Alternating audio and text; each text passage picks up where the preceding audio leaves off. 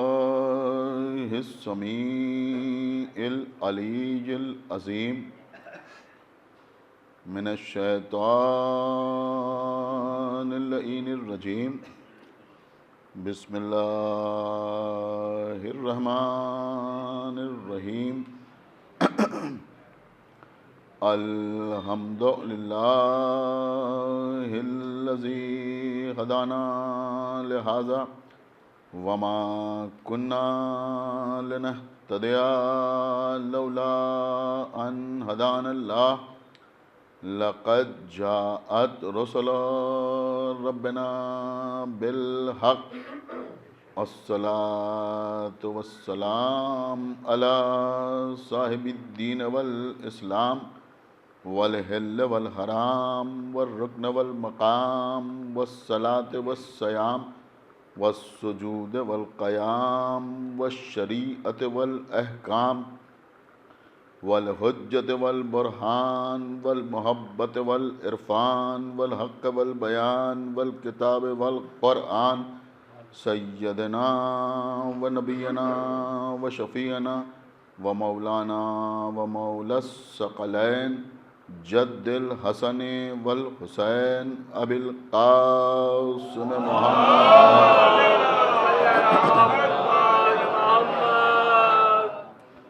وعلى أهل بيته الطيبين الطاهرين المعصومين المظلومين المنتخبين المنتجبين الذين أذهب الله عنهم الرجس وطهرهم تطهيرا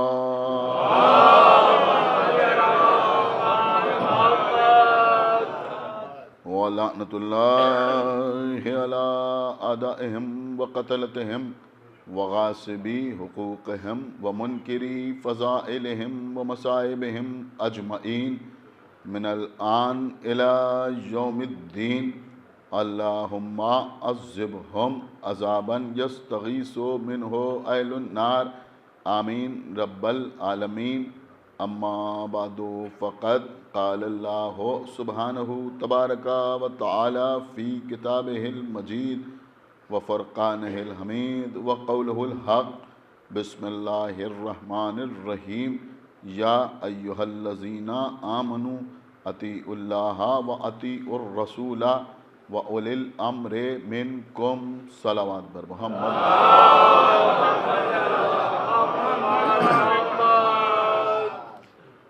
حضرات آپ نے جب سے ہوش سنبھالا ہے نہ جانے کتنی مجالس علماء اور ذاکرین سے اس آیہ مبارکہ کے عنوان پر سماعت فرمائی ہوں گی۔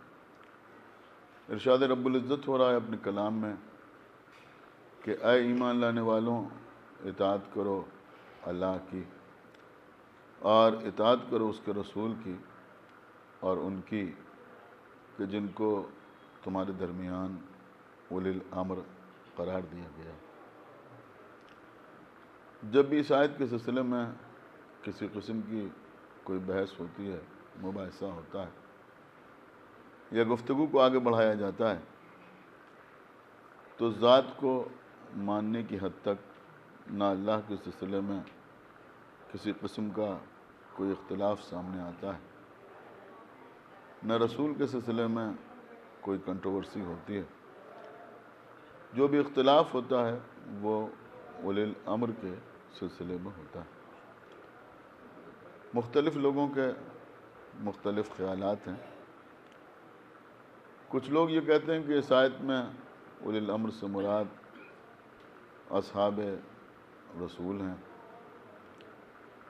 کچھ لوگوں کا کہنا ہے کہ اولی الامر سے مراد علماء امت ہیں، لیکن ایک بہت بڑی اکثریت یہ دعویٰ کرتی ہے کہ اولی الامر سے مراد بادشاہان وقت ہیں، یعنی ان کا خیال یہ ہے کہ اللہ اور اس کے رسول کی اطاعت کے ساتھ ساتھ جس کے سر پر تاج نظر آئے، جس کے قدم تخت حکومت پر نظر آئیں، جس کے ہاتھ میں عنان حکومت ہو، اسی کو اولی الامر کہا جائے۔ کیونکہ لغوی اعتبار سے اولی الامر کے معنی بادشاہ کے ہیں، فرما روا کے۔ عزیزوں، اس وقت مجھے آپ کے سامنے کوئی اس قسم کی بحث نہیں پیش کرنا ہے کہ اولی الامر کے حقیقی معنی کیا ہیں، لیکن میں صرف ایک جملہ آپ کی خدمت میں عرض کرنا چاہوں گا کہ شاید اپنی قوم کے، اپنی ملت کے اسی مزاج سے کہ ہم اطاعت کریں گے تو بادشاہ کی، اولی الامر مانیں گے تو بادشاہ کو، عاجز آ کر خواجہ معین الدین چشتی نے کہا کہ شاہ ہست حسین بادشاہ۔ ایک صلوات پڑھیں بر محمد ایک صلوات اور پڑھیں بر محمد کہ شاہ بھی حسین ہیں اور بادشاہ بھی حسین ہیں۔ اگر آپ محسوس کریں تو اول ایک نقطہ، ایک جملہ آپ کی خدمت میں پیش کروں کہ اب سمجھ میں آیا کہ مسلمان بھی دو طرح کے ہیں۔ کچھ وہ ہیں کہ جو بادشاہ کو امام سمجھتے ہیں، اور کچھ وہ ہیں کہ جو امام کو بادشاہ سمجھتے ہیں۔ ایک صلوات پڑھیں بر محمد بہت توجہ ہے۔ لیکن آئیے عزیزوں، ہو سکتا ہے آپ سوچ رہا ہوں کہ مجلس جس سلسلے کی ہے میں آپ کو کہاں سے لے کے چلاؤں، لیکن بہت توجہ آپ حضرات کی چاہتا ہوں۔ دیکھیے عزیزوں، اللہ نے دنیا میں ہدایت بشری کی خاطر انبیاء کو بھی بھیجا، رسولوں کو بھی بھیجا، خلفاء کو بھی بھیجا، ائمہ بھی بنائے، اولیاء بھی بنائے، اوصیاء بھی بنائے۔ کبھی آپ نے غور کیا کہ اللہ نے کسی کو بادشاہ بھی بنایا؟ دنیا میں بہت سے ایسے ہیں کہ جو خود سے بادشاہ بن گئے، لیکن کیا اللہ نے بھی کسی کو بادشاہ بنایا؟ ایسا نہیں ہے کہ اللہ نے کسی کو بادشاہ نہ بنایا۔ قرآن مجید پڑھیے تو کچھ ایسے بھی ہیں کہ جن کو اللہ نے بادشاہت عطا کی۔ اب ظاہر سی بات ہے کہ جن کو اللہ نے بادشاہ بنایا، اگر ان کی بادشاہت ہماری سمجھ میں آ جائے تو ہماری سمجھ میں آ جائے گا کہ صاحب امر کون ہے۔ صلوات پڑھیں بر محمد وآلہ۔ بہت توجہ آپ حضرات کی۔ تو اللہ نے کس کو بادشاہ بنایا؟ ایک دو نام ہیں، لیکن آج میں صرف ایک نام آپ کے سامنے لے رہا ہوں کہ بنی اسرائیل کے اوپر اللہ نے تمام نعمتیں نازل کی، لیکن ان کو نہ ماننا تھا، وہ نہ مانے، گمراہ ہوتے چلے گئے، بہکتے چلے گئے۔ اور ایک صلوات اور پڑھیں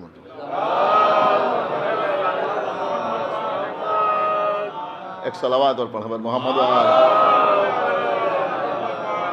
اور اتنا بہکے، اتنا بہکے، اتنا گمراہ ہوئے کہ ان پر جالوت نام کا ظالم ترین بادشاہ مسلط ہو گیا۔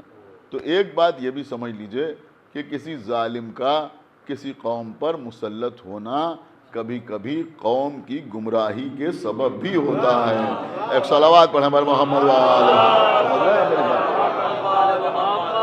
تو جالوت مسلط ہو گیا۔ مجھے بہت زیادہ دیر آپ کو زحمت نہیں دینا۔ جب جالوت مسلط ہو گیا تو اب یہ بنی اسرائیل پریشان ہو گئے۔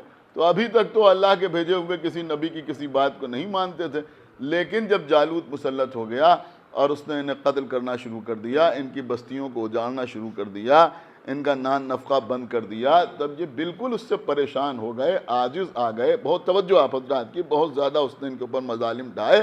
تو یہ اپنے دور کے نبی، جن کا نام تو قرآن مجید میں نہیں ہے، لیکن علامہ مجلسی نے اپنی کتاب حیات القلوب میں ان کا نام جناب شموئیل لکھا ہے کہ ان کے پاس یہ بنی اسرائیل آئے اور آنے کے بعد ان سے کہا کہ ہم جالوت سے جنگ کرنا چاہتے ہیں، لہذا آپ کسی کو ہمارے لیے بادشاہ مقرر کر دیں تاکہ ہم اس کی سرداری میں جالوت سے جنگ کریں۔ تو اب نبی نے اللہ سے پوچھا کہ کسے بادشاہ بنایا جائے، تو پھر جناب شموئیل نے جناب طالوت کو بنی اسرائیل کا بادشاہ بنایا۔ کس لیے بنایا؟ تاکہ طالوت کی سرداری میں بنی اسرائیل جالوت سے جنگ کریں۔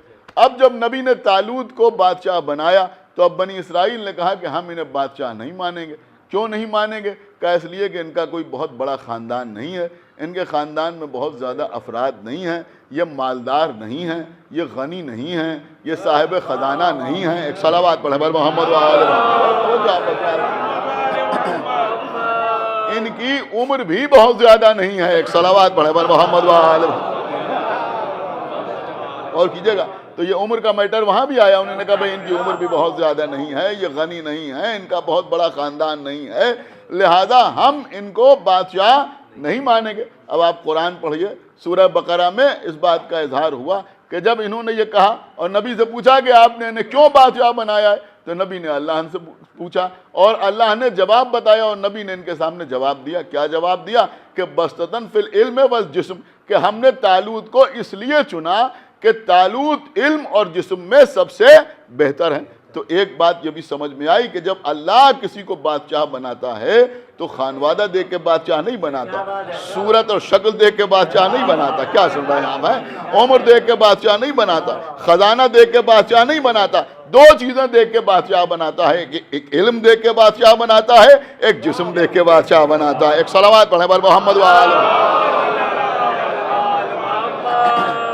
اب اس کو آپ یوں بھی سمجھ سکتے ہیں کہ اللہ اسی کو بادشاہ بناتا ہے کہ امت میں نہ اس کے برابر کوئی عالم ہو، نہ اس کے برابر کوئی شجاع ہو، یا تو علم میں بھی اس کا کوئی جواب نہ ہو اور شجاعت میں بھی اس کا کوئی جواب نہ ہو۔ میں آپ کو کہاں لے آیا؟ تو اب اگر رسول کے بعد لوگوں کو اولی الامر کے طور پر بادشاہ کی ہی اطاعت کا شوق ہے، تو پھر اب رسول کے بعد کسی ایسے کو تلاش کرو کہ نہ علم میں کوئی اس کے برابر ہو۔ ایک صلوات پڑھے بر محمد وآلہ وسلم۔ بھائی ایک صلوات اور پڑھ دے بر محمد وآلہ وسلم۔ ایک صلوات اور پڑھ دے بر محمد وآلہ وسلم۔ نہ تو کوئی اس کے برابر عالم ہو اور نہ کوئی اس کے برابر شجاع ہو، یعنی علم میں بھی اس کا کوئی جواب نہ ہو اور شجاعت میں بھی اس کا کوئی جواب نہ ہو۔ تو جب ہم نے تلاش کیا تو مولائے متقیان کے علاوہ کوئی اور نظر نہیں آیا کہ نہ علی کے برابر علم میں کوئی نظر آتا ہے اور نہ علی کے برابر شجاعت میں کوئی نظر آتا ہے۔ اب اس وقت نہیں ہے اور میں سمجھتا ہوں کہ موضوع کے مطابق بھی نہیں ہے علم کے اوپر زیادہ تبصرہ کرنا۔ میں چاہتا ہوں کہ آج کی مجلس شجاعت کے عنوان سے ہو جائے تاکہ موضوع کا حق بھی ادا ہو جائے۔ تو بھائی نہ علی کے برابر کوئی عالم، نہ علی کے برابر کوئی شجاع۔ اب علم کے سلسلے میں ساری باتیں چھوڑ کر صرف ایک جملہ میں آپ کے سامنے عرض کرتا ہوں اور انشاءاللہ آخری آدمی تک توجہ فرمائے گا، اور شاید کوئی سمجھدار خاموش نہ رہے کہ صرف ہمارے علماء نے نہیں لکھا ہے، علامہ مجلسی نے نہیں فرمایا ہے، شیخ صدوق نے نہیں فرمایا ہے، سمجھ رہے ہیں آپ؟ شیخ صدوق نے نہیں فرمایا ہے، سرکار دست غیب شیرازی نے نہیں فرمایا ہے، سرکار مقدس اردبیلی نے نہیں فرمایا ہے، اصول کافی میں نہیں ہے، من لا یحضر الفقیہ میں نہیں ہے۔ میرے کہنے کا مطلب یہ ہے کہ صرف ہمارے علماء نے نہیں لکھا ہے بلکہ اہل سنت کے جید علماء نے اپنی کتابوں میں تحریر کیا ہے کہ مولا علی کے سب سے بڑا عالم ہونے کا ثبوت یہ ہے کہ ہم نے ہر شخص کو صحابہ میں علی سے سوال کرتے ہوئے دیکھا، علی کو کسی سے کچھ پوچھتے ہوئے نہیں۔ صلوات بر محمد وآلہ بھائی ایک صلوات بر محمد وآلہ ایک صلوات اور پڑھے بر محمد وآلہ۔ مولا علی کو کسی سے سوال کرتے ہوئے نہیں دیکھا، اس کا مطلب یہ ہوا کہ علم میں کوئی مولا علی کے برابر نہیں ہے، علم میں کوئی مولا علی کے برابر نہیں ہے۔ تو نہ تو کوئی علم میں مولا علی کے برابر ہے اور نہ کوئی شجاعت میں مولا علی کے برابر ہے۔ اب یہ جملہ بھی آپ سن لیں، میں سمجھتا ہوں سمجھداروں کے لیے اشارہ کافی ہے۔ آپ عرب کے ماحول سے واقف ہیں، آپ پڑھتے رہتے ہیں اور سنتے بھی رہتے ہیں۔ ایک جملہ آپ کے سامنے عرض کر رہا ہوں کہ علی کے علم کا ثبوت یہ ہے کہ ہر ایک علی سے پوچھتا ہوا نظر آیا، علی کسی سے پوچھتے ہوئے نظر نہیں آئے، اور علی کے سب سے بڑا شجاع ہونے کا ثبوت یہ ہے کہ عرب کے غیرت دار ماحول میں جنگ کے میدان میں مولا علی کے سامنے سے بھاگ جانا عیب نہ رہ گیا۔ بھائی صلوات پڑھے بر محمد وآلہ ایک صلوات پڑھے بر محمد وآلہ۔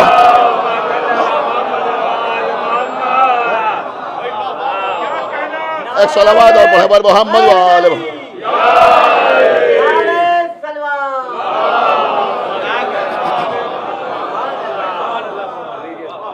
اور عزیزوں میں کیا آپ کے سامنے عرض کروں کہ جن کے اوپر مسلمان اپنی جان قربان کرتے رہتے ہیں، انہی میں کے افراد جنگ کے میدان میں مولا علی کے سامنے سے ایسے ایسے عمل انجام دے کے فرار کرتے ہوئے نظر آئے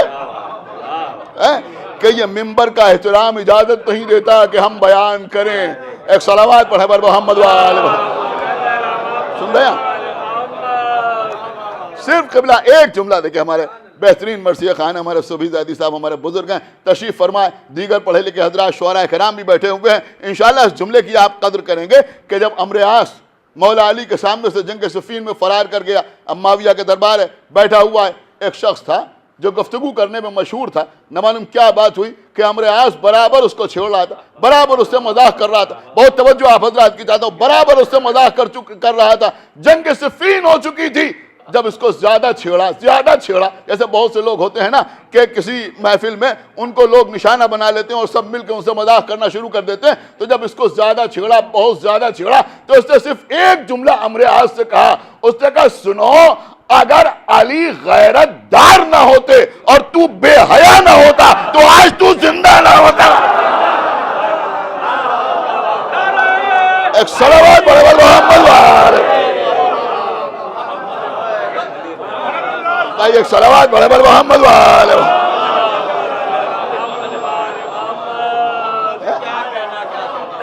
بھائی ایک صلوات اور پڑھے بھائی محمد والے۔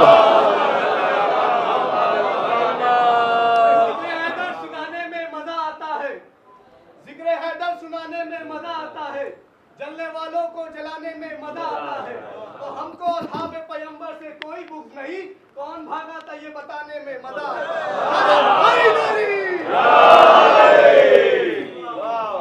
ایک صلوات اور پڑھ دے پر محمد والے۔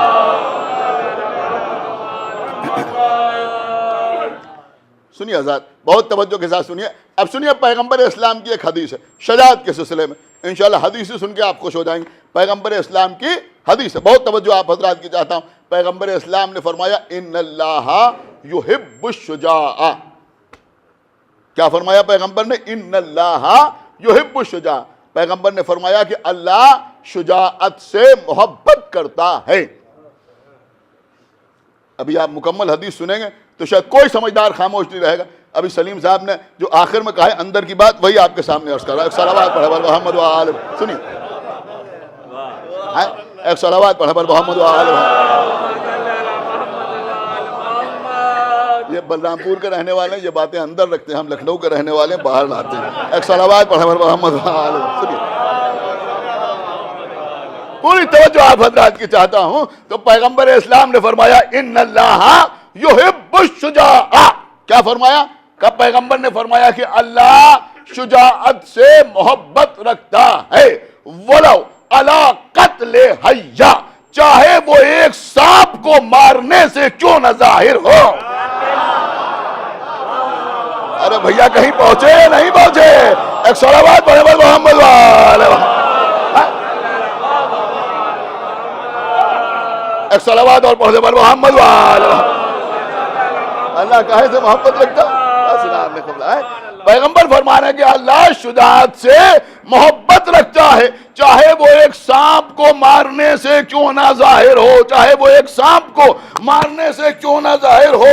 ارے بھیا شجاعت ثابت کرنے کے لیے ایک صلوات اور پڑھیں پر محمد والے، شجاعت ثابت کرنے کے لیے خیبر کو چھوڑ دو، خندق کو چھوڑ دو، بدر کو چھوڑ دو، حنین کو چھوڑ دو، ساری جنگوں کی بات نہیں کرتے، ارے بھیا غار ثور میں تو موقع ملا۔ ایک صلوات پر محمد والے،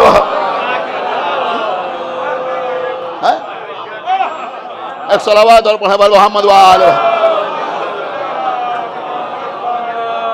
غار ثور میں موقع ملا یا نہیں ملا؟ کہاں غار ثور میں موقع ملا، کس بات کا موقع ملا؟ شجاعت کو ثابت کرنے کا موقع ملا، لیکن وہاں بھی لوگ یعنی پیغمبر کی نظر میں شجاعت کا کم سے کم معیار یہ ہے ولو علی قتل حیہ، سمجھ رہے ہیں آپ کہ وہ ایک سانپ کو بھی اگر کوئی مار دے تو اللہ اس شجاعت سے محبت رکھتا ہے، یہ معمولی سا معیار بتایا گیا ہے، سمجھ رہے ہیں، معمولی سا معیار بتایا گیا ہے، پیغمبر نے بتایا کہ اگر اتنا بھی ہے اور اتنی شجاعت بھی ہے تو اللہ ایسی شجاعت سے محبت رکھتا ہے۔ اب پیغمبر اسلام کی ایک حدیث اور سنیے، ترجمہ آپ کی خدمت میں عرض کر رہا ہوں، انشاءاللہ آپ محسوس کریں گے پیغمبر اسلام نے کیا ارشاد فرمایا۔ پیغمبر اسلام نے ارشاد فرمایا، بہت توجہ آپ حضرات کی، پیغمبر فرمانے کہ اگر ساری دنیا، اللہ کے رسول کا ارشاد کہ اگر ساری دنیا ابو طالب کی اولاد ہوتی تو کائنات میں کوئی بزدل نہ ہوتا.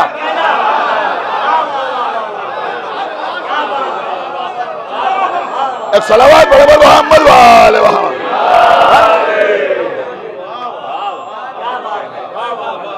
ایک صلوات اور پڑھتے بر محمد وآل محمد. اگر ساری دنیا، شاید سارے حضرات نے توجہ کے ساتھ سنا نہیں یا میں عرض نہ کر سکا کہ اگر ساری دنیا ابو طالب کی اولاد ہوتی تو کائنات میں کوئی بزدل نہ ہوتا. کائنات میں کوئی بزدل نہ ہوتا اگر ساری دنیا ابو طالب کی اولاد ہوتی. ہاں عزیزوں، یہ آل محمد ہے اور یہ خاندان بنی ہاشم ہے. ان کی شجاعت کے اوپر دنیا کی جان قربان. بہت توجہ آپ حضرات کی. ان کی شجاعت کے اوپر ساری دنیا کی جان قربان. لیکن ہم نے دیکھا کہ وہی گھرانہ ہے، مولا علی ہیں.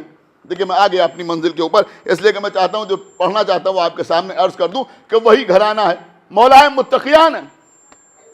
4 مصرے آپ نے سنے ہوں گے، جناب اکمال لکھنوی کے 4 مصرے ہیں. وہ فرماتے ہیں کہ جو حقیقت میں خود بہادر ہو، سنا ہے نا آپ، پسر اس کا دلیر ہوتا ہے. کیوں نہ عباس ہوتے مثل علی، شیر کا بچہ شیر ہوتا ہے. ایک صلوات پڑھے بر محمد وآل. شیر کا بچہ. زبردست 4 مصرے ہیں. میں سمجھتا ہوں کچھ اشعار ایسے ہیں جو زبردست خاص وام ہیں اکمال لکھنوی صاحب کے، جن کے بیٹے جناب اعجاز زیدی صاحب ہیں. بہترین 4 مصرے ہیں کہ شیر کا بچہ شیر ہوتا ہے. کوئی شک ہے کسی کو؟ کوئی شبہ ہے؟ کہ نہ کوئی شک ہے نہ کوئی شبہ ہے. لیکن مولا علی جناب عقیل سے فرما رہے ہیں، بھیا عقیل کسی ایسے بہادر خاندان میں میری شادی کرا دو. سنیے عزیز، میں تمہید کی منزل سے گزر گیا. میں اپنی حیثیت بھر چاہتا ہوں کہ بی بی ام البنین کا تذکرہ ہو جائے. ایک صلوات پڑھے بر محمد وآل. سنیے خبر، جس عنوان سے مجلس ہے وہ تذکرہ ضروری ہے. ایسے بہادر خاندان میری شادی کرا دو جہاں سے ایسا بہادر بیٹا پیدا ہو جو کربلا میں حسین کی نصرت کرے. مولا علی کے جملوں پر آپ نے غور کیا؟ یہ نہیں فرمایا بہادر عورت سے شادی کرا دو. نہیں سن رہا یہ مجمع میں کیا عرض کر رہا ہوں؟ ہائے ہائے ہائے ہائے، سن رہا ہے آپ نہیں سن رہے ہیں، بلکہ فرمانا ہے بہادر خاندان میں. خالی عورت کہنے کو بہادر نہ ہو جو میدان میں آ جائے. ایک صلوات پڑھے بر محمد وآل. ایک صلوات اور پڑھے بر محمد وآل. بہادر خاندان کی عورت، مولا علی فرمان، بہادر خاندان کی عورت. یا علی، یہ جناب عقیل سے آپ کیوں کہہ رہے ہیں؟ بہادر خاندان کی عورت، اس سے میری شادی کرا دو جہاں سے آئے صاحب بہادر بیٹا پیدا ہو جو کربلا میں میرے حسین کے کام آئے. میں سمجھتا ہوں کہ یہ مولا علی جناب عقیل سے کہہ نہیں رہے، بلکہ آج ہماری قوم کے بچوں کو یہ نصیحت کر رہے ہیں کہ دیکھو جب شادی کرنے کے لیے آگے بڑھو، زوجہ کا انتخاب کرو تو خالی اپنے لیے زوجہ کا انتخاب نہ کرو. کیا سن رہے ہیں؟ بلکہ اپنے بچوں کے لیے ماں کا انتخاب کرو. کیا سن رہے ہیں آپ؟ اپنے بچوں کے لیے ماں کا انتخاب کرو. اور یہ بات اپنے ذہن میں رکھو کہ نصرت حسین کے لیے صرف ماں کا اچھا ہونا کافی نہیں ہے، خاندان کا بھی بہتر ہونا ضروری. ایک صلوات پڑھے بر محمد وآل. ایک صلوات پڑھے بر محمد وآل. دیکھیں قبلہ،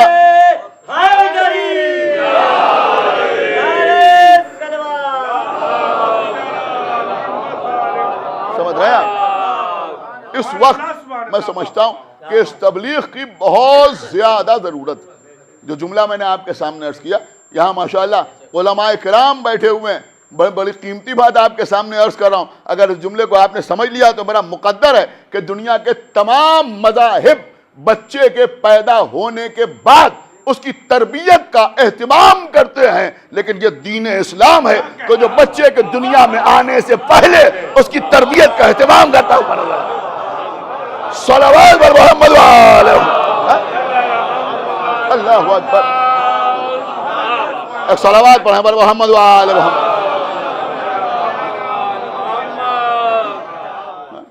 پہلے ہی اہتمام ہو رہا ہے. ایسے بہادر خاندان، بہادر خاندان، سمجھ رہے ہیں؟ بہادر خاندان۔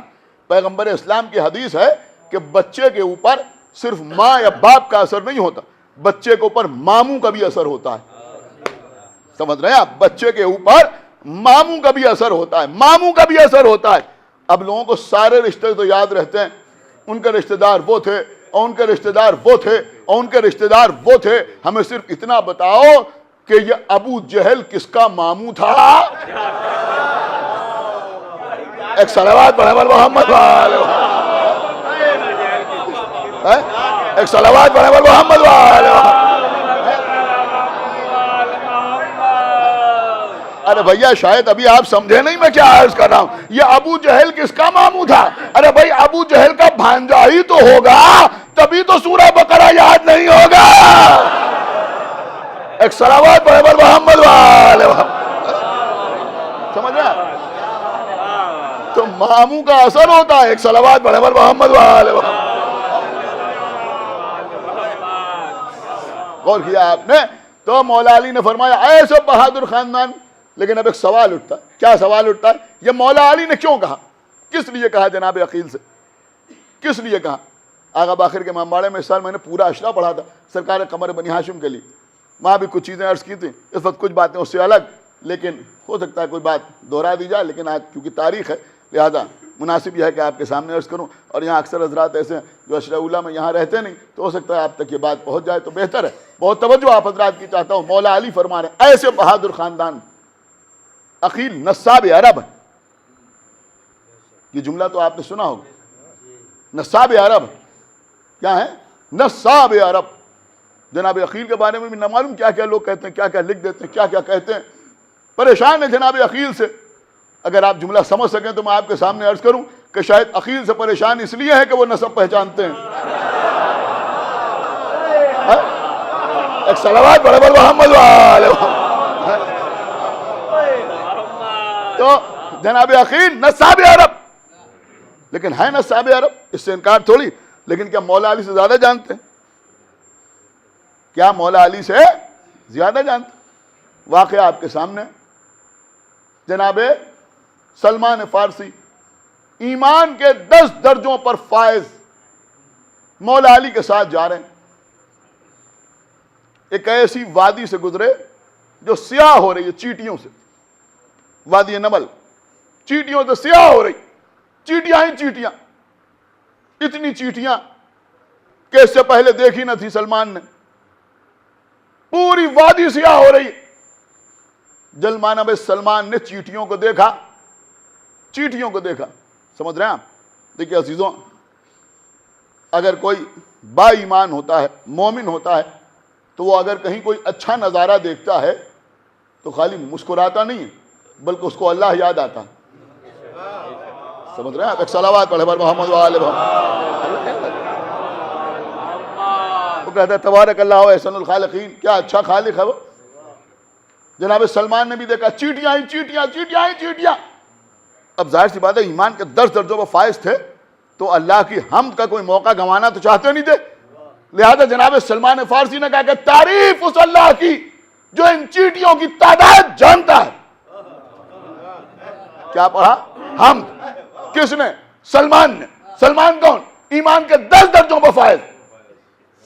سمجھ رہے ہیں آپ؟ ایمان کے 10 درجوں پر فائز۔ یہ سلمان فارسی ہیں، یہ عزدار ازمی نہیں، یہ ذکی بھارتی نہیں، سمجھ رہے ہیں آپ؟ یہ میسم زیدی نہیں، یہ سلیم بلناپوری نہیں، جناب سلمان ہے۔ اور سلمان نے پڑھی حمد۔ کیا سن رہے ہیں آپ؟ سلمان نے پڑھی حمد، لیکن جیسے ہی سلمان نے حمد پڑھی مولا علی نے کہا سلمان یہ نہ کہو، کہ پھر کیا کہیں؟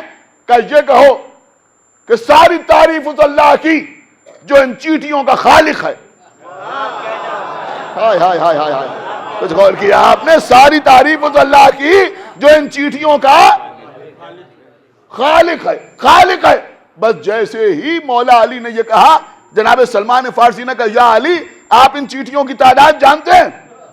دیکھیں سلمان سمجھ گئے کہ علی کیا کہنا چاہتے ہیں، سلمان سمجھ گئے کہ علی کیا کہنا چاہتے ہیں۔ اب آپ میرے اوپر کوئی بھی فتویٰ لگائیں لیکن جملہ کہوں گا ضرور کہ جو ایمان کے 10 درجوں پر فائز ہے اس سلمان کی حمد علی کی منقبت نکلی۔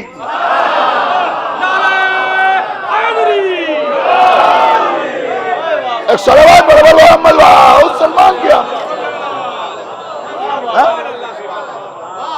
یہ ہے میرے اللہ کی شان. ایک صلوات پر محمد واہ.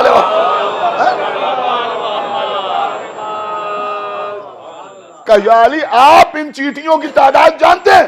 تو میرے مولا نے فرمایا کہ میں خالی چیٹیوں کی تعداد نہیں جانتا, میں یہ بھی جانتا ہوں کہ ان میں نر کتنے ہیں, مادہ کتنے ہیں. میں یہ بھی جانتا ہوں کہ ان میں شمال کی طرف کتنے جا رہے ہیں, جنوب کی طرف کتنے جا رہے ہیں. اس کے بعد میرے مولا کا تاریخی جملہ, جی چاہے تو بولیے گا, جی چاہے تو نہ بولیے گا. میرے مولا نے فرمایا سلمان میں یہ بھی جانتا ہوں کہ ان میں کتنی چیٹیوں کو ان کا رزق مل چکا ہے اور کتنے تلاش رزق.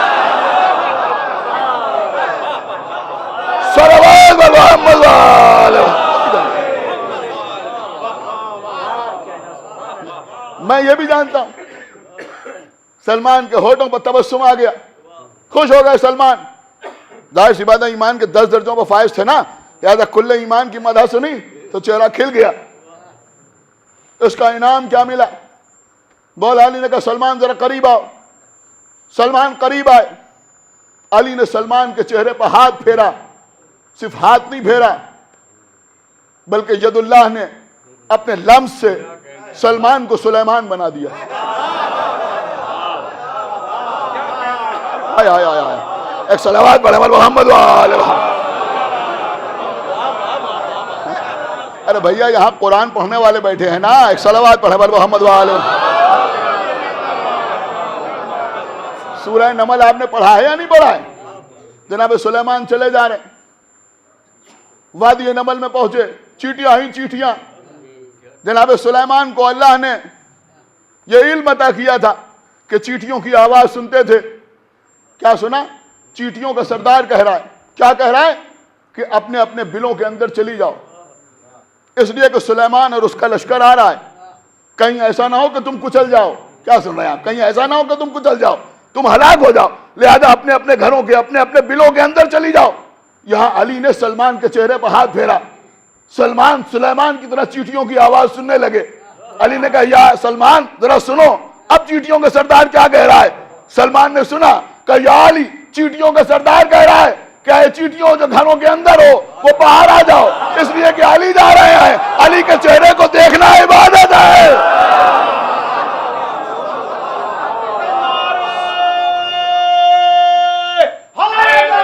علی کے چہرے کو دیکھنا عبادت.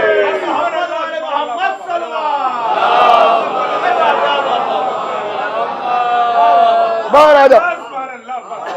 علی کے چہرے پر نگاہ کرنا عبادت. تو وہ علی کے جو چیٹیوں کے بارے میں اتنا جانتے ہیں, کیا علی کو نہیں معلوم کہ کس خاندان میں مجھے شادی کرنا ہے؟ یہ کیوں کہہ رہے جناب عقیل سے؟ تو اس کے جواب تو آپ نے نہ معلوم کتنے سنے ہوں گے. جناب مسلم ابن عقیل کے حوالے سے بھی ایک نکتہ علماء پڑھتے رہیں. علامہ جوادی صاحب نے بھی لکھا ہے اور دیگر حضرات نے بھی لکھا ہے, علماء نے پڑھا بھی ہے. لیکن بہرحال مولا کے کرم ہے, ایک الگ سی بات میں آپ کی خدمت میں عرض کر رہا ہوں, انشاءاللہ آپ اس کو محسوس ضرور کریں گے. جیسے ہی یہ کہا ویسے ہی جناب عقیل نے کہا یا علی ایک خاتون ہے, ایک خاتون ہے. اور اس کے بعد جناب عقیل نے اس بی بی کا قصیدہ پڑھنا شروع کیا. اس بی بی کا قصیدہ پڑھنا شروع کیا. ابھی میں بعد میں آپ کے سامنے عرض کروں گا کہ قصیدے میں کیا کیا پڑھا, لیکن اس سے پہلے سنیے کہ یہ علی نے جناب عقیل سے کہا کیوں. علی بھی جانتے تھے کہ فاطمہ کلابیہ کے علاوہ, فاطمہ بنت حزام کے علاوہ کوئی اور بی بی میری مقصود نہیں ہے. تو پھر یہ عقیل سے کہا کیوں, یہ عقیل سے کہا کیوں. دیکھیں عزیزو, جبرائیل سے زیادہ پنجتن کو پہچاننے والا کوئی نہیں تھا. آپ مجھے بتائیے پہچاننے والا تھا؟ جب پنجتن چادر کے نیچے آئے, پنجتن چادر کے نیچے آئے تو جبرائیل نے اللہ سے پوچھا من تحت الکساء, چادر کے نیچے کون ہے؟ جبرائیل کے جانتے نہیں, نبی کو نہیں پہچانتے, علی کو نہیں پہچانتے, زہرا کو نہیں پہچانتے. نبی کے پاس روز وہی لے کے آتے ہیں, علی کے لیے ذوالفقار لے کے آ چکے ہیں, بی بی فاطمہ کی چکی چلانے کے لیے آتے ہیں, حسین کا جھولا جھلانے کے لیے آتے ہیں. ان سے زیادہ کون پہچانے گا؟ تو پھر پوچھ کیوں رہے ہو؟ لوگ کہتے ہیں یہ نورانی حیثیت پہ تھے, تو ہمیں وہ موقع بتائیے کہ جب یہ نورانی حیثیت پہ نہیں ہوتے.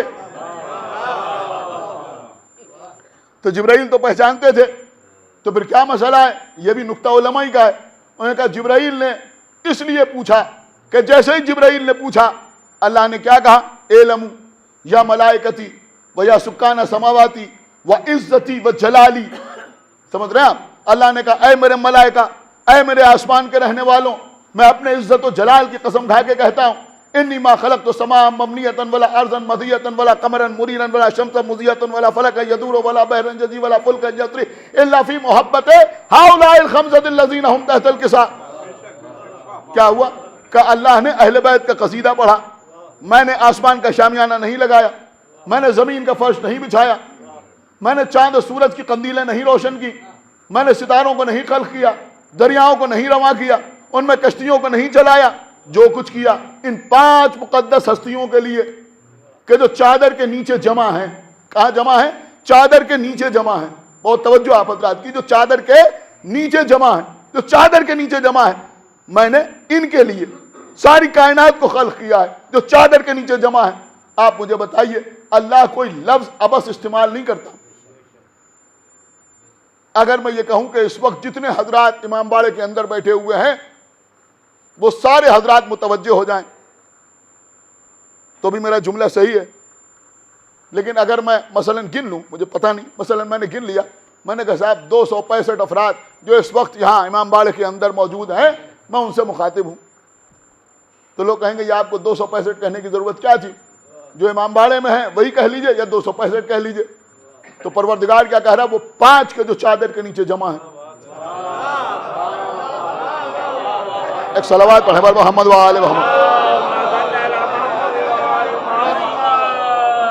یہی کہہ دے کہ جو چادر کے نیچے ہے، یہ 5 بھی اور چادر کے نیچے بھی۔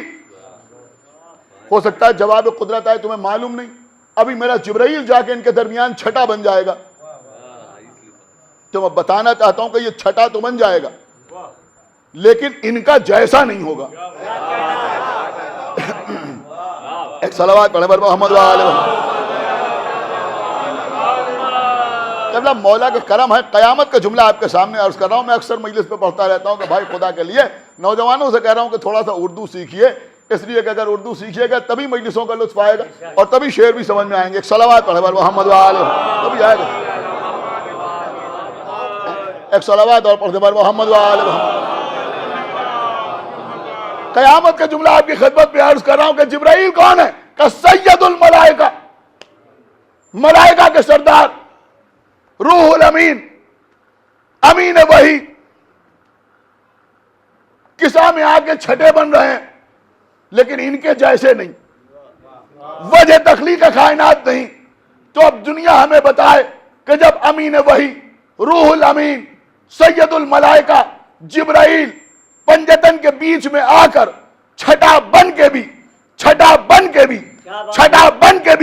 ان کا جیسا نہ ہوا تو کہیں اور کا چھٹا ہوا۔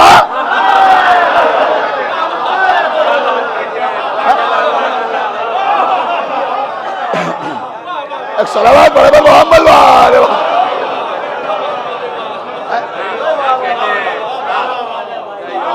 ایک صلوات اور پڑھے بر محمد و آل محمد۔ دیکھیں قبلہ، یہ زبان کی نزاکتیں ہیں، بچے ان کو سمجھیں۔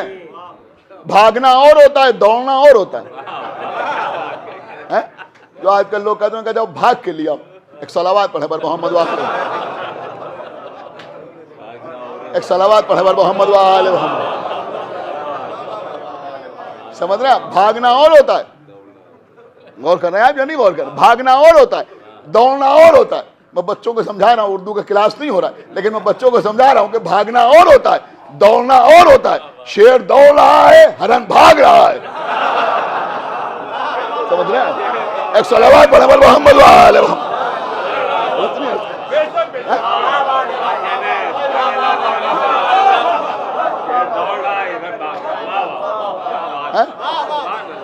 یہ شاید ایک صلوات اور پڑھے بر محمد و آل محمد۔ اس سے آسان طریقے سے شاید میں سمجھا نہیں سکتا آپ کو کہ دوڑنے اور بھاگنے میں کیا فرق ہے، کہ بس یوں سمجھیے کہ جب دوڑنے میں خوف شامل ہو جائے تو اسے بھاگنا کہتے ہیں۔ ایک صلوات پڑھے بر محمد و آل محمد۔ ایک صلوات اور پڑھے محمد وآلہ اور اگر بھیا اب بھی نہیں سمجھ میں آیا تو میں آپ کے سامنے عرض کروں کہ دوڑنے اور بھاگنے میں کیا فرق ہوتا ہے. ارے بھیا کہیں نہ جائیے, صرف جنگ احد میں دیکھ لیجئے, نبی کہہ رہے ہیں آؤ میری مدد کے لیے, لوگ بھاگ رہے ہیں, مولا علی نبی کو بچانے کے لیے دوڑ رہے ہیں. ایک صلوات پڑھے محمد وآلہ دوڑنے میں جب تم نے پکارا, بھاگے تھے سبھی انہیں جب تم نے پکارا, آ جاؤ مگر کوئی آتا ہی نہیں ہے. اور یہ دیکھیے یہ میرے صحابی ہیں نانا, میں کہتا ہوں جاؤ پر کوئی جاتا ہی نہیں ہے. غور کیا آپ نے؟ تو میں عرض یہ کر رہا تھا بھیا کہ دوڑنے میں اور بھاگنے میں بڑا فرق ہوتا ہے, ایسے ہی تیرنے میں اور پیرنے میں فرق ہوتا ہے. ہاں یہ صحیح لفظ جو ہے تیراکی نہیں ہے, صحیح لفظ ہے پیراکی. مردہ تیرتا ہے, زندہ پیرتا ہے. ایک صلوات پڑھے محمد وآلہ ہے قبلہ, یعنی ایک صلوات پڑھے محمد وآلہ. اگر آپ کو یہ سب نہیں آتا تو ہماری مجلس تو شاید سمجھ میں آ جائے مگر مرثیہ سمجھ میں نہیں آئے گا. ایک صلوات پڑھے محمد وآلہ. اگر یہ فرق نہیں معلوم, ایک صلوات اور پڑھے محمد وآلہ. تو میں عرض یہ کر رہا تھا کہ تیرنا اور ہوتا ہے اور پیرنا اور ہوتا ہے. تیرتا ہے مردہ چیز جو ہے وہ تیرتی ہے, اور زندہ جو ہے وہ پیرتا ہے. زندہ پیرتا ہے, مردہ تیرتا ہے. بس عزیزوں میں آپ کو کسی وجہ سے یہ سب سمجھانا چاہ رہا تھا. خداوند عالم کروٹ جنت نصیب کرے. خطیب آل محمد علامہ حضرت حسن زیدی صاحب قبلہ کو بڑا قیامت کا جملہ عرض کرتے تھے. وہ کہتے تھے بھائی ہم میں اور دوسروں میں فرق یہ ہے کہ ہمارے مقدر میں چنے ہوئے آئے, ان کے مقدر میں چھٹے ہوئے آئے.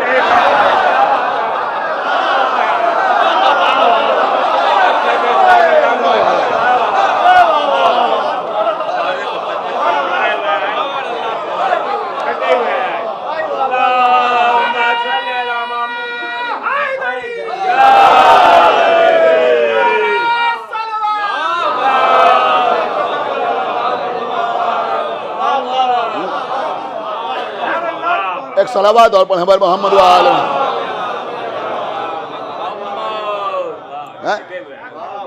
الحمدللہ ہمارے مقدر میں وہ آئے کہ جو چنے ہوئے ہیں, سمجھتے ہیں آپ, ان کے مقدر میں وہ آئے کہ جو ایک صلوات اور پڑھیں محمد وآلہ.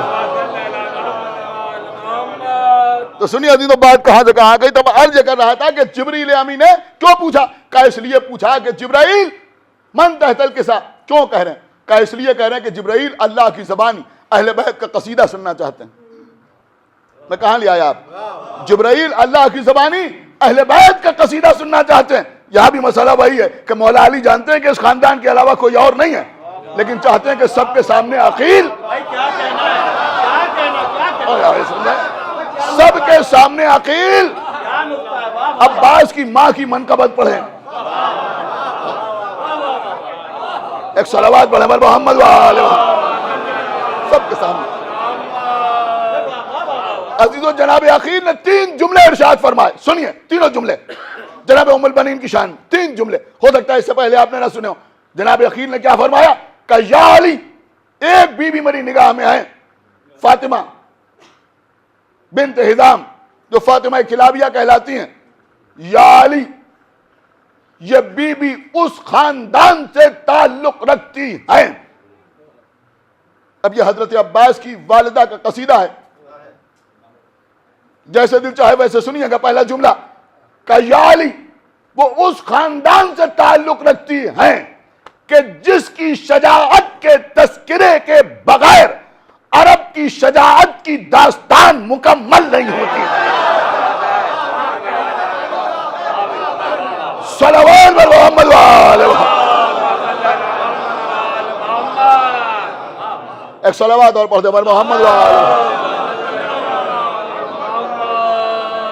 بس حضرت بہت دیر میں پڑھ لیا. جس کی شجاعت کے تذکرے کے بغیر عرب کی شجاعت کی داستان مکمل نہیں ہوتی. دوسرا جملہ سنیں گے کہ یا علی یہ فاطمہ بنت حزام وہ ہیں کہ ان کے ننھیال اور ددھیال میں دور دور تک بزدلی کا نام و نشان نہیں ہے. اللہ اکبر. ایک صلوات پڑھے محمد وآل محمد. ایک جملہ اور کہ یا علی یہ اس کی نواسی ہیں، جناب عامر کہ یہ اس کی نواسی ہیں کہ جن کو فرزدق نے یہ لقب دیا تھا کہ یہ ملائب الاسنہ ہیں. ملائب الاسنہ کا مطلب کیا ہوا؟ نیزوں سے کھیلنے والے. لیکن اگر آپ کے ذہن پہنچ گئے تو شاید خاموش نہیں رہیں گے، اس سے بہتر کوئی جملہ نہیں ہے. کون ہے یہ؟ کہ یہ نیزوں سے کھیلنے والے. ایک ترجمہ اور علماء نے کیا ہے کہ کھیل کھیل میں نیزہ چھین لینے والے. اللہ اکبر. ایک صلوات پڑھے محمد وآل محمد. قسم خدا کی عزیزوں، اگر دامن وقت پہ گنجائش ہوتی تو میں تھوڑی سی جھلکی آپ کے سامنے جنگ صفین کی پیش کرتا، لیکن میں نے بات کو تمام کیا کہ یہ کون ہے؟ کہ یہ نیزوں سے کھیلنے والے. کون ہے یہ؟ نیزوں سے کھیلنے والے. اب سمجھ میں آیا کہ عباس کی ننھیال کا قصیدہ پڑھا گیا. کون؟ نیزوں سے کھیلنے والے. کیا سنا اس مجمع نے؟ یہ کون ہے؟ کہ یہ نیزوں سے کھیلنے والے. نہیں پھر عرض کروں تو شاید آپ کی سمجھ میں آئے. یہ کون ہے؟ کہ یہ نیزوں سے کھیلنے والے، کھیل کھیل میں نیزہ چھین لینے والے. اور عباس کی ددھیال کی شجاعت کیا ہے؟ جبرائیل کہہ رہے ہیں لا فتح الا علی.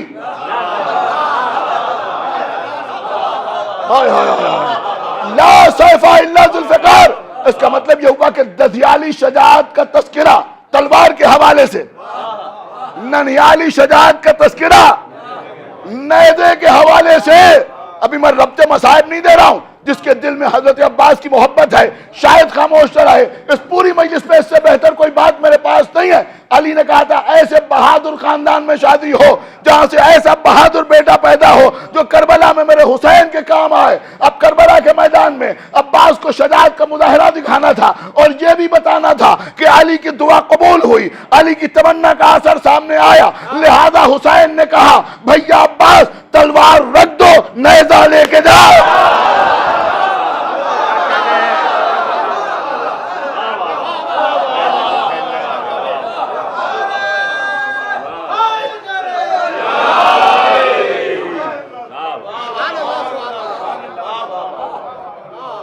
بس قبل بات تمام. اور بھی بہت کچھ بات میں نے تمام کیا. یہ جناب ام البنین ہماری جان قربان جناب عقیل رشتہ لے کے گئے. مولا علی کا رشتہ، قدم قدم پر نصیحتیں. جب بی بی کے بابا سے گفتگو کی، اٹھ کے اندر گئے. عقیل نے پوچھا کیا بات ہے؟ کہ میں اپنی بیٹی سے پوچھ لوں. یہ بھی تعلیم ہے، میں اپنی بیٹی سے پوچھ لوں اس کی مرضی کیا ہے. بہرحال وہ ساری روایتیں، سارے واقعات آپ کے سامنے ہیں. بی بی زہرا کا تذکرہ ہوا. جناب ام البنین بیاہ کر مولا علی کے گھر آئیں. جب علی کے گھر پہ آئیں تو ام البنین نے علی کی ڈیڑھی کو بوسہ دیا، پیشانی علی کی دہلیز پر رکھی. روئیے نہیں، ابھی میں آپ کے سامنے عرض کر رہا ہوں، پوری توجہ آپ حضرات کی چاہتا ہوں. یہ زہرا کی دہلیز ہے. خدا کے لیے جملہ سنیے گا. یہ علی کی ڈیڑھی ہے، زہرا کے گھر ہے، مولا علی کا بھی گھر ہے، بی بی زہرا کا بھی گھر ہے. ایک جملہ عرض کر رہا ہوں. ام البنین نے زہرا کے دروازے پر، زہرا کی دہلیز پر سجدہ کر کے اپنے کو وفا کا زہرا ثابت کیا. ایک صلوات پڑھیں محمد وآل محمد.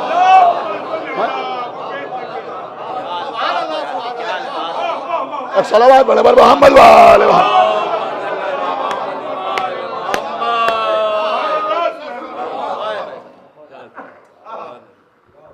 بہت پہلے، بالکل نوجوانی میں ایک مطلع کہا تھا، جی چاہ رہا کہ اس وقت آپ کے سامنے عرض کر دوں کہ علی کے در پا جو اپنی جبین رکھتا ہے، علی کے در پا جو اپنی جبین رکھتا ہے نظر میں سیرت ام البنین رکھتا ہے۔ ایک صلوات پڑھا پر محمد وآلہ محمد۔ ہاں گھر کے اندر پہنچی، امام حسن اور امام حسین علیہ السلام ماں سمجھ کے احترام کے لیے کھڑے ہوئے کہ بچوں بیٹھ جاؤ۔ عبد الرزاق موسوی المکرم نے بھی تحریر کیا اور دیگر علماء نے بھی تحریر کیا کہ بچوں کو بٹھایا، اور اس کے بعد ام البنین نے ان معصوموں کا کہ جو فخر خانہ کعبہ ہیں طواف فرمایا، اور پھر کہا کہ بچوں میں تمہاری ماں بن کے نہیں آئی، میں تمہاری کنیز بن کے آئی۔ عزیزوں، خدا جانے کیوں ہمارے ملک میں رواج کم رہا، لیکن عرب میں جناب ام البنین سے منسوب نظر، جناب ام البنین سے منسوب منت، مجلس بڑا رواج رہا ہے۔ سید علی حمدانی تحریر فرماتے ہیں کہ حمدان کے گاؤں میں، حمدان کے کسی گاؤں میں ایک عورت رہتی تھی، کافی دن ہو گئے تھے شادی کو، لیکن صاحب اولاد نہ تھی۔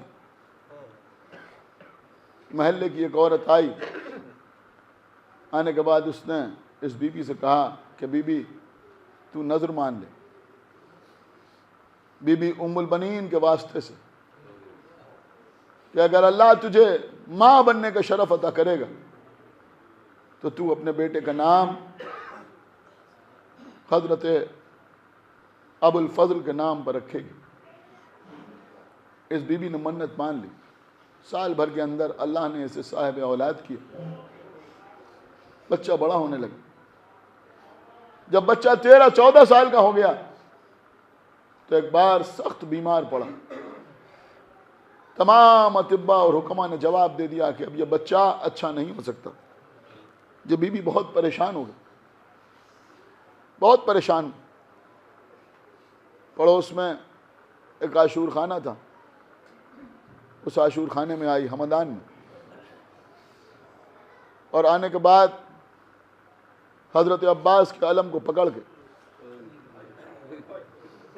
اس سے دعا کرنا شروع کی، بار بار حضرت عباس کو ان کی والدہ کا واسطہ دے رہی تھی، اور یہ کہہ رہی تھی کہ میرا بچہ آپ ہی نے عطا کیا تھا، اب اسے صحت بھی آپ ہی عطا فرمائیے۔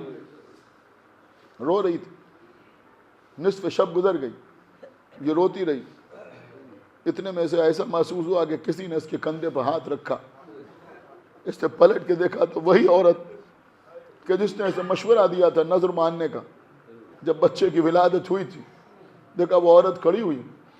اس نے کہا تم اتنی رات کو یہاں کیسے آ گئے؟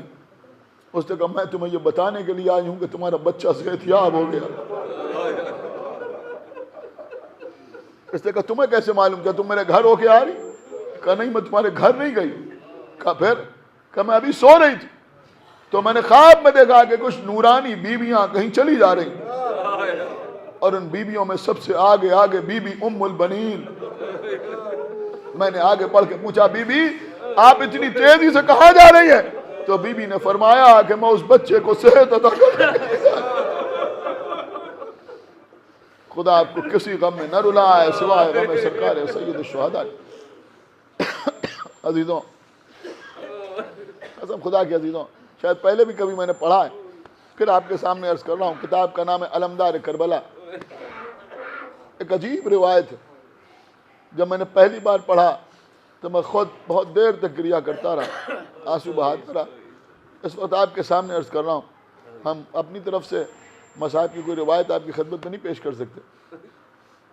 عزیزوں، جناب ام البنین کی جب شادی ہوئی مولا علی کے ساتھ، نام فاطمہ تھا، گھر آئیں، شروع میں مولا علی نے بی بی کو فاطمہ کہہ کے پکارا۔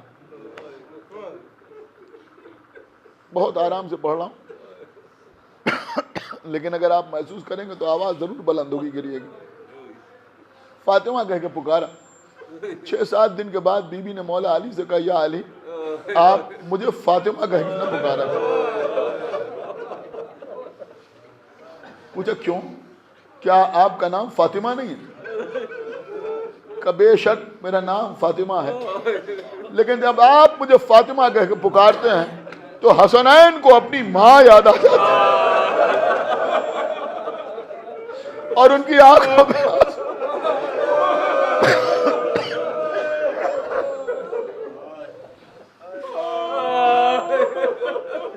اور مجھے یہ گوارا نہیں۔ تب مولا علی نے بی بی کا نام، بی بی کی کنیت ام البنین قرار دی، بیٹوں کی ماں، اسی نام سے پکاری گئی۔ مولا علی نے کنیت قرار دی تھی۔ اللہ نے ایک کے بعد ایک 4 شیر جیسے بیٹے عطا کیے۔ 2 بیٹیاں بھی اللہ نے عطا کی۔ عزیزوں، کربلا کے بعد بی بی نے زیادہ اپنے بچوں پر گریہ تو نہیں کیا، زیادہ گریہ تو آقا حسینی کا نام لے کے کیا، لیکن ایک جملہ ملتا ہے۔ یہاں ماشاءاللہ علماء بیٹھے ہیں، خطبہ بیٹھے ہیں، شعراء تشریف فرما ہیں، مرثی خان حضرات بیٹھے ہوئے ہیں، دیگر بزرگ حضرات بیٹھے ہوئے ہیں۔ میں سمجھتا ہوں کہ جملہ رائے گا نہ جائے گا کہ کربلا کے بعد جب کوئی بی بی کو ام البنین کہہ کے پکارتا تھا تو ایک ہی جملہ کہتی تھی کہ اب مجھے ام البنین نہ کہا تھا۔ میں سمجھتا ہوں تو جملہ نہیں ہے، پورا مرثیہ ہے۔ اب وہ بیٹے کہاں ہیں جن کی وجہ سے میں ام البنین؟ اجرکم من اللہ، خدا آپ کو کسی غم میں نہ رلائے سوائے غم سرکار سید الشہداء کے۔ ہاں عزیزوں، جو حضرات زیارت کے لیے گئے ہیں کربلا میں، انہوں نے دیکھا ہوگا کہ حضرت عباس کے حرم مطہر میں ایک دروازہ ہے جس کو باب ام البنین کہا جاتا ہے۔ وہاں بھی لوگ جاتے ہیں، ایک زنجیر پڑی رہتی، زنجیر کو لوگ ہلاتے ہیں، مرادیں حاصل کرتے ہیں۔ ہم نے دیکھا ہے عزیزوں، یا ام البنین یا ام البنین کی آوازیں آتی ہیں۔ آپ کو معلوم ہے عزیزوں اس دروازے کی تاریخ کیا ہے؟ یہ کون سا مقام ہے؟ یہ کون سی جگہ ہے؟ یہ کون سی جگہ ہے؟ عزیزوں، کربلا کے بعد ایک بار بی بی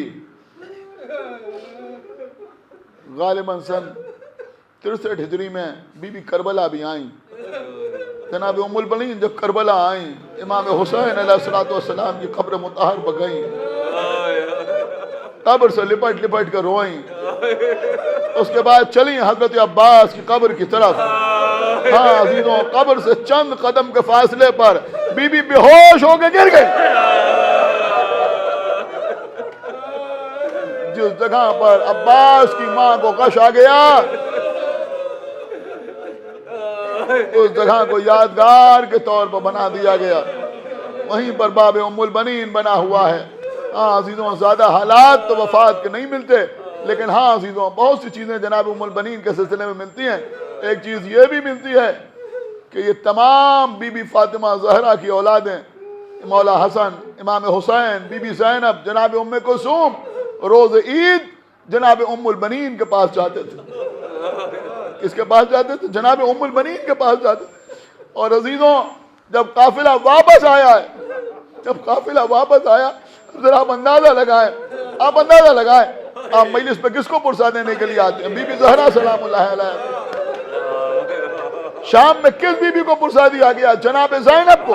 لیکن جب قافلہ واپس آیا تو بی بی زینب تمام بیویوں کو لے کر جناب ام البنین کے پاس پہنچی پرسا دینے کے لیے۔ اور عزیزوں، کربلا کے بعد جب یہ قافلہ واپس آیا ہے، اس کے بعد جب عید کا دن آیا تو جناب ام البنین کے گھر میں کوہرام بباد، اس لیے کہ تمام بنی ہاشم کی بیویاں جناب ام البنین کے گھر میں جمع تھی۔ بی بی کی زندگی روتے ہوئے گزر گئی۔ عزیزوں، سر پہ ہمیشہ ایک رومال بندھا رہتا تھا، ہر وقت بی بی بے قرار رہتی تھی۔ عزیزوں، سن 64 ہجری میں یہی سن ہے جب جناب ام سلمہ اس دنیا سے گئیں، اور اسی سال آج ہی کی تاریخ میں 13 جمادی الثانیہ کو، اور میں نے کتاب میں دیکھا کہ جمعے کا دن بھی تھا، میں سمجھتا ہوں کہ شاید یہ بھی آج ایک حسن اتفاق ہے کہ آج 13 جمادی الثانیہ بھی ہے اور جمعے کا دن بھی ہے۔ عزیزوں، یہی وہ دن تھا کہ جب 4 بیٹوں کی ماں جس نے اپنے بچوں کا ماتم نہ کیا، حسین پر روتے روتے اس دنیا سے گزر گئی۔ امام زین العابدین علیہ السلام کی خدمت میں حضرت عباس کا ایک بیٹا آیا، آنے کے بعد کہا کہ مولا میری دادی اس دنیا سے گزر گئی۔ امام زین العابدین علیہ السلام نے جناب ام البنین کی نماز جنازہ پڑھائی، لے جا کر بقیع میں دفن کیا۔ میں کہوں گا اے بی بی ام البنین، آپ اس دنیا سے گزر گئی، کم سے کم آپ کے پوتوں کو کوئی تسلی دینے والا تو ہے۔ امام زین العابدین نے غسل و کفن کے ساتھ آپ کو دفن تو کیا، لیکن ہائے کربلا، جہاں حسین کا لاشا پڑا ہوا ہے، کوئی غسل دینے والا نہیں، کوئی کفن پہنانے والا نہیں، کوئی تعزیت پیش کرنے والا نہیں، سجاد کے نیچے سے بستر کھینچا جا رہا ہے، زینب کے تازیانے مارے جا رہے ہیں، سکینہ کے رخساروں پر تماچے۔